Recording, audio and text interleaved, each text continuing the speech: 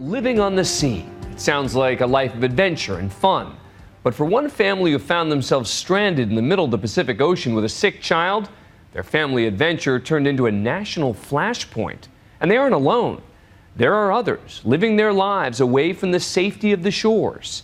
ABC's Rena Ninen hops on board with one set of aquatic parents and kids. On deck, this might look like a fun family vacation. But below deck, severely cramped quarters for this family of 5. But it's home for Carl and Carly Zaniboni. Good job. Who 10 months ago sold everything they had to live at sea with their 3 young children. We always sat down and said, this is not really the way we want to raise our kids. Let's go, you ready?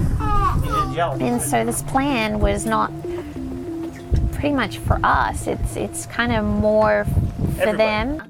They've stocked their boat with everything: food, tools, even duct tape. I've seen a lot of movies like where MacGyver saves everything with duct tape, so I've got it. Carl and Carly say they're prepared for whatever Mother Nature sends their way. At arm's reach, jugs of suntan lotion, a trauma ward-style medical kit, CPR, fractures, burns, wound, bleeding, and a state-of-the-art communication system. Since I'm going to be helping you sail this, you don't happen to have cruise control, do you?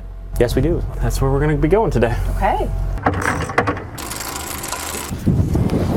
All right, you're sailing. Mother Nature can do fierce things. I mean, yeah, we live on the water, but who's to say we're any worse from people who live in New Orleans for the hurricanes or Kansas for the tornadoes? Many question why families like theirs choose to live at sea with their young kids, especially after another family's harrowing ordeal ignited a fierce national debate over parenting at sea. So many questions this morning, George. This rescue was as harrowing as they come. High seas, howling winds, a disabled sailboat, and a sick baby girl. Eric and Charlotte Kaufman decided to cross the Pacific Ocean with their 2 young daughters. But 900 miles off the coast of Mexico, their youngest got sick with a fever and a rash, as they told ABC's Cecilia Vega. Our youngest daughter, Lyra, got sick on day 10, and then she starts to act lethargic. And when the symptoms start to compile and your baby no longer acts the way that they normally act, Red flag. that's when you need to, do something. It got worse, they say, when their satellite phone stopped working. At that point, we had no ability any longer to talk to our physician or to the Coast Guard physician. Our daughter wasn't getting any better with what was prescribed for her, and that's when we realized that we had entered a very bad spot. The Kaufmans eventually made it aboard a Navy warship. They were forced to sink and abandon their boat, the Rebel Heart. The rescue operation cost $600,000. The word that kept coming up about your trip was the word reckless. Yeah. What do you say to that? Irresponsible, too. Irresponsible was thrown around a lot, too. Yeah, I mean, we disagree. I think, you said it earlier that people, I think they were reading the news and making this 10-second snap judgment, and they just assumed we grabbed a 6-pack and hopped in a sailboat and like, woo, let's go to the South Pacific. Yeah. We're both experienced sailors. We've raised our daughters on a sailboat. We were very prepared. Still, many have accused the Kaufmans of being selfish and irresponsible parents. The Zanibonis disagree. My heart went out to them. They lost everything. They lost their home. It's just like your house burning down. In my mind, they did everything right because they got their kids to safety. Are they irresponsible? I wouldn't say they're irresponsible. They just live there because they want to. The Zanibonis say living at sea is anything but a life of danger or of luxury. Family budgets vary depending on lifestyle, but range from $2,000 to $5,000 a month. And as for safety, I wouldn't do it if I didn't think it was safe. We have netting all the way around. Our gates are always locked. It's pretty much a gigantic playpen. I don't think very many moms would consider a sailboat a gigantic playpen, but you think so? I mean, to me it is. I feel safe on this boat, and I think the kids feel safe. If you come up here, put your life jacket on. the kids reluctantly wear life jackets on the main deck and are tethered to the boat with a harness when the family hits the high seas. Cuz, you know how it is when we go sailing? I don't care if you don't want to put it on.